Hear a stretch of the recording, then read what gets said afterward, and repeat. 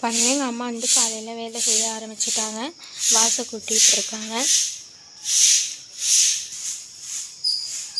பாருங்கள்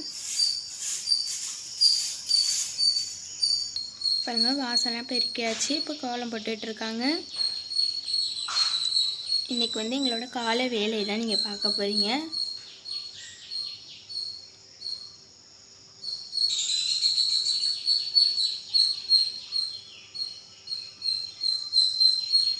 பார்த்தீங்களா எவ்வளோ அழகாக போடுறாங்க.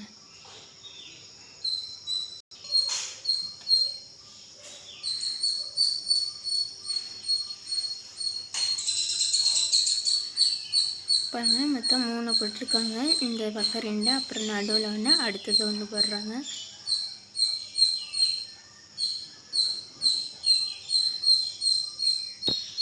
பாருங்கள் கோலம் போட்டு முடிச்சாச்சு.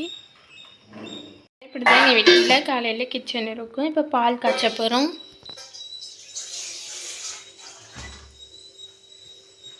பால் காய்ச்சிட்ருக்கோம். பால் நல்லா காஞ்சோன்னு காமிக்கிறோம். பாருங்கள் நேற்று அரைச்சி வச்ச மாவு எப்படி பொங்கி வந்திருக்கு. இப்போ இட்லி ஊற்றணும். பாருங்கள் இட்லி எடுத்தாச்சு. சுட சுட இட்லி. இது கடலைப்பருப்பு தேங்காய் எல்லாம் வச்சு ஒரு சட்னி அரைச்சிருக்கோம். சூப்பராக இருக்கும் இந்த சட்னி. இட்லிக்கு வச்சுருக்கோம். இந்த பாருங்க இட்லி ஊற்றி வச்சுருக்கோம். இந்த வீட்டில் கேஸ் மோடை எனக்கு பிடிக்கவே இல்லைங்க. அந்த வீட்டில் சூப்பராக இருக்கும் கேஸ் மோடை பெருசாக. இந்த வீட்லேயும் பெருசாக இருக்குது. எனக்கு ஏதோ அங்கே இருந்த மாதிரி எனக்கு சரிப்பட்டு இல்லை. பாருங்க கேஸ்லாம் இங்கே மாற்றிட்டோம்னா 3 அடுப்பு உள்ளதை வச்சாச்சு. இது வந்து ஏதாச்சும் கொதிக்கிறப்ப தெளிச்சிரும்ல செவுத்தில். அதுக்காக இந்த காலண்டர் வேஸ்ட் காலண்டர் அதனால வச்சுருக்கோம். அதெல்லாம் கண்ணாடியே அது உள்ளே பாத்திரம்லாம் வச்சாச்சு. நிறையா அடுக்கி வச்சுருக்கோம்.